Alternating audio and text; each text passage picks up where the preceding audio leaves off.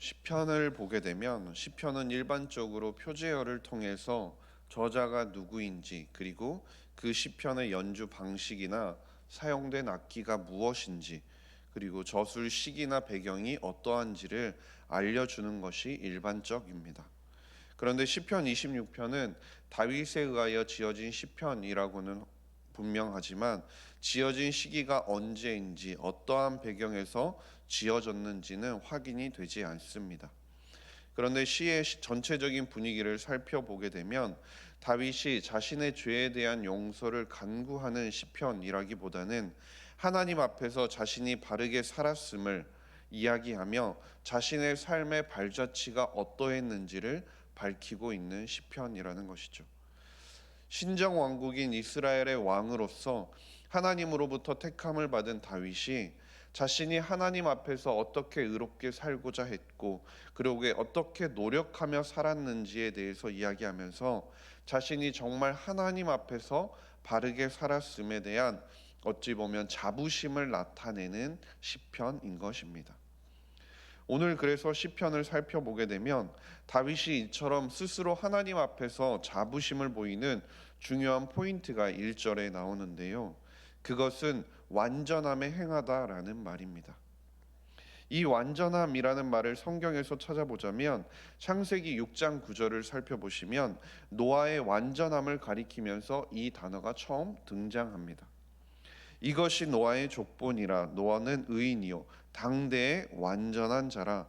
그는 하나님과 동행하였으며. 여기서 말하고 있는 노아의 완전함이라는 것은 그가 죄를 하나도 짓지 않았다라는 의미가 아니었습니다. 그가 하나님과의 관계 안에서 하나님께서 그가 완전하게 행하였다라고 인정해 주셨다라는 것이죠. 그리고 창세기 17장 1절을 보게 되면 거기에서도 하나님께서 아브라함과 언약을 맺는 장면에서 또 완전함이라는 단어가 등장을 하게 됩니다. 하나님께서는 아브라함에게 언약을 맺으시면서 행하여 완전하라라고 말씀하시고 있는 거죠. 여기서도 하나님께서는 아브라함에게 이렇게 말씀하시는 것이 아무런 흠도 없이 실수도 없이 삶 가운데서 완전 무결한 삶을 살아야 한다라고 말씀하신 것이 아니었습니다. 하나님과의 언약 가운데, 하나님과의 관계 속에서 하나님께서 주신 그 언약의 성실한 삶을 살아가는 것이 완전한 삶이라는 것을 강조하고 있었던 것입니다. 그렇기 때문에 오늘 본문에서 다윗이 고백하고 있는 이 완전함이라는 것도 마찬가지였습니다. 다윗이 자신이 스스로 도덕적으로 정결하고 흠이 없는 삶을 살았다는 것을 나타내는 것이 아니라 하나님과의 언약적인 관계 안에서 하나님으로부터 인정받는 그런 법정적인 완전함을 자신이 이루면서 살았음을 고백하고 있는 것이죠. 이것을 바꿔 이야기하면 무엇이 되냐면요, 우리의 삶은 세상 사람들의 의견이나 세상 사람들의 평가와 그들의 시선으로 말미암아서 완전해지거나 안정되어지는 것이 아니라는 사실입니다. 어쩌면 우리는 그것들로 인해서 더욱더 불안정해지는 삶을 살아가고 있는지도 모른다라는 거죠. 우리는 그러나 세상을 살아가기 때문에 끊임없이 주변 사람들의 평가에 대해 매우 민감하게 반응해 살아가는 것이 당연해 보이기도 합니다. 나에게 그들이 어떤 태도를 보이는지, 내가 한 말에 대해서 그들이 어떠한 반응을 보이는지에 따라서 우리의 마음이 오르락내리락 하기도 하는 것이 당연하죠. 그런데 그것이 어떠한 문제를 이야기하냐면, 우리가 이처럼 그들의 말과 평가에 민감하게 반응을 하다 보면 결국 그들의 마음을 맞추기 위해서 그들의 마음에 맞는 말들을 하게 되고, 그들이 원하는 삶의 길을 쫓아가게 되고, 그러다 보면 결국에는 잘못된 길에 서서 헤매고 있는 우리의 모습을 발견하게 되고 만다라는 것이죠. 그리고 그것은 결국엔 하나님께서 원하시는 완전함에 행하는 모습이 아니게 된다라는 것입니다. 그래서 이어지는 말씀들을 통해서 다윗은 무엇이 자신의 삶에 완전하게 행하도록 만들어 가는지에 대해서 우리에게 보여주고 있는데요. 3절 말씀을 보시면 이렇게 말씀합니다. 주의 인자하심이 내 목전에 있나이다. 내가 주의 진리 중에 행하여라고 말씀하고 있습니다. 다윗이 말하는 자신이 완전함에 대한 근거, 그 첫 번째가 그가 항상 주님을 의식하며 살아갔다라는 것에 있었습니다. 이 말씀은 시편 16편 8절에 나오는 것처럼 내가 주님을 항상 내 앞에 모심이여라는 고백과 같은 의미를 가지고 있는데요.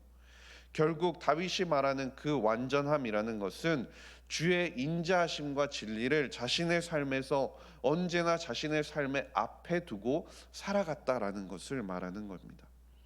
신앙에 있어서 그리고 도덕적이고 영적인 모든 영역에 있어서 언제나 주님의 올바른 관계가 자신의 삶에 있어 가장 우선순위가 되었다라는 것이죠.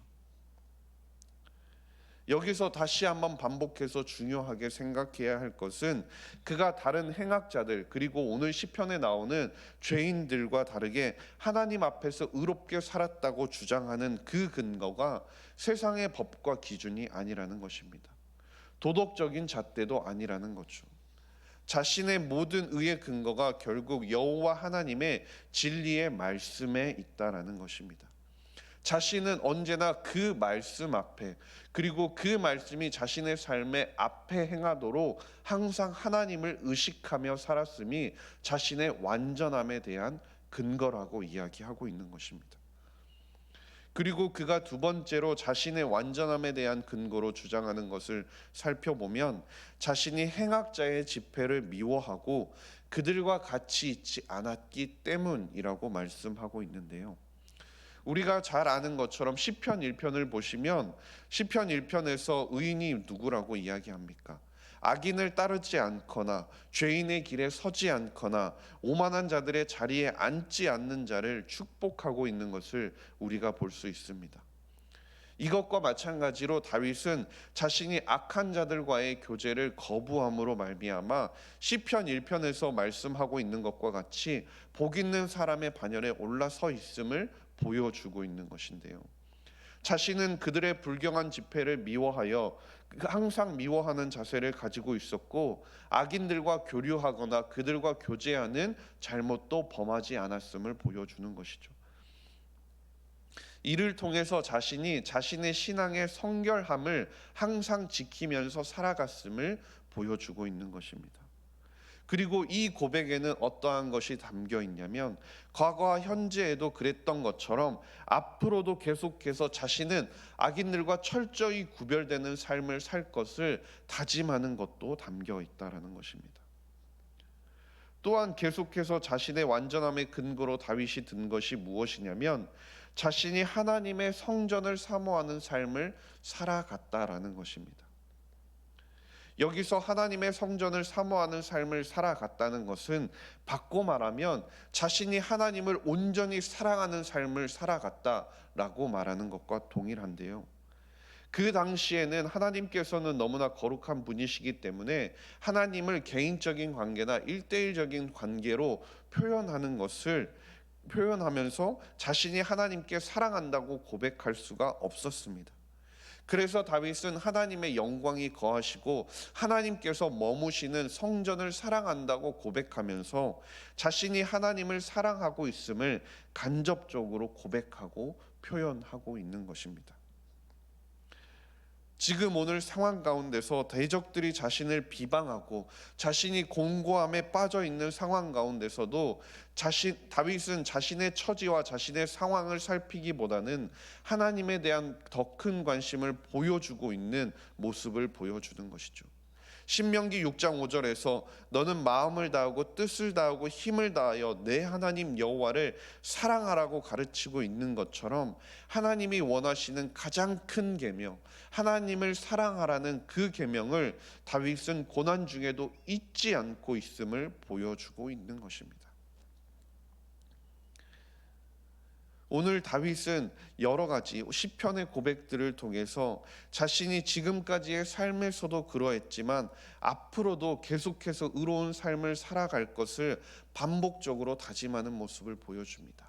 자신이 이렇게 살아왔기 때문에 하나님 앞에 완전하게 행하였다라는 것을 고백하면서, 한편으로는 다윗은 자신의 이러한 의지와 노력이 스스로 이룰 수 없다는 사실 또한 잘 알고 있었습니다.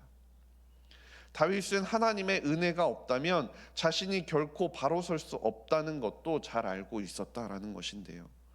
그래서 11절 말씀을 보면 다윗이 나는 나의 완전함에 행하오리니 나를 속량하시고 내게 은혜를 베푸소서라고 고백하고 있습니다. 다윗은 자신이 완전함에 행한다, 즉 자신이 하나님 앞에 행하고 하나님의 말씀을 나의 삶에 앞에 두고 행하면서 하나님 앞에 그렇게 발버둥침을 살아가지만, 그 발버둥침의 완성이 무엇이냐면 하나님의 은혜와 인자하심이라는 것을 잊지 않고 있었다라는 것을 보여주는 것이죠. 자신이 아무리 노력한다고 해도 그것이 하나님의 은혜를 만나지 않으면 그것이 현실화될 수 없다는 것을 알고 있었다라는 것입니다. 그렇기 때문에 자신이 하나님 앞에서는 절대로 교만할 수 없고 마지막까지 하나님의 도움과 긍휼하심을 구할 수밖에 없었다라고 고백하는 것이죠. 자신이 아무리 의로운 삶을 살고자 단호한 결단을 하고 그렇게 살아간다고 해도 자신의 주변에서, 그리고 자신의 속에서 여러 가지 어려움과 죄악된 욕구들이 끊임없이 올라와서 자신을 넘어뜨릴 수 있음을 다윗은 잘 알고 있었다라는 것입니다. 이것은 다윗뿐만이 아니죠. 우리도 마찬가지라는 겁니다. 예배와 기도와 말씀을 통해서 우리가 매일 다짐을 하고 각오를 새롭게 하고 새로운 마음을 가지고 다시 열심히 시작해 보려고 해도 우리의 속에서는 여전히 못된 생각이 스물스물 올라오고, 주변에서 들리는 매혹적인 소리들은 매일 우리가 죄의 유혹에 넘어질 수밖에 없도록 만든다라는 것이죠. 그렇기 때문에 우리에게 필요한 것이 무엇이라고 말씀합니까? 다윗에게 필요한 것이 무엇이라고 말씀합니까? 하나님의 은혜가 필요하다라고 말씀하고 있는 것입니다. 모든 위기와 위협으로부터 건져주시고 나의 힘으로 도무지 감당할 수 없는 상황을 변화시켜 주시며 넘어진 우리를 다시 일으켜서 다시금 걸어갈 수 있도록 힘을 더하여 주시는 분이 하나님이심을 기억하며 그 긍휼히 여기심을 간구할 수 있기를 간절히 소망합니다. 그리할 때 다윗이 12절에 고백하는 것처럼 우리가 하나님 앞에 완전하여질 수 있다라는 사실입니다.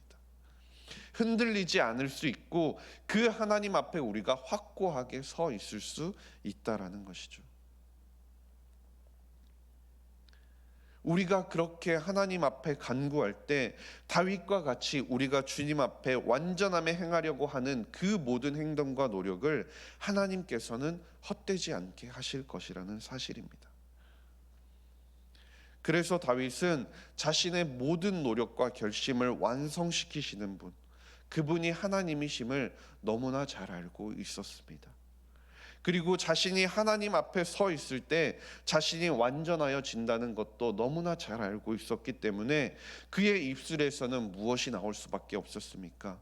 여호와를 향한 감사의 노래가 나올 수밖에 없었다라는 사실입니다.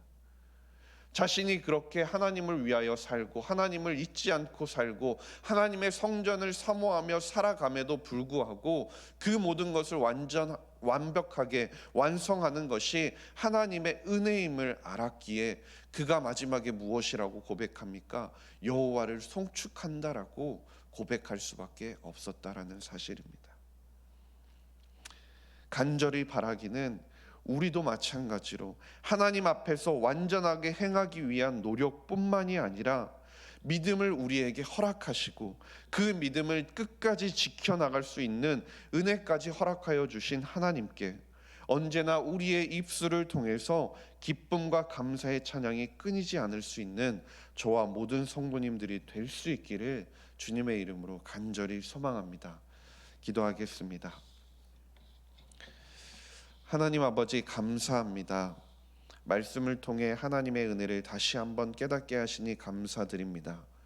우리가 세상을 살아가면서 매일 넘어지고 매일 유혹에 사로잡혀 살아갈 때가 많이 있지만 그럼에도 하나님의 자녀로 살아갈 수 있는 것은 주님의 은혜 덕분임을 기억하게 하여 주시옵소서.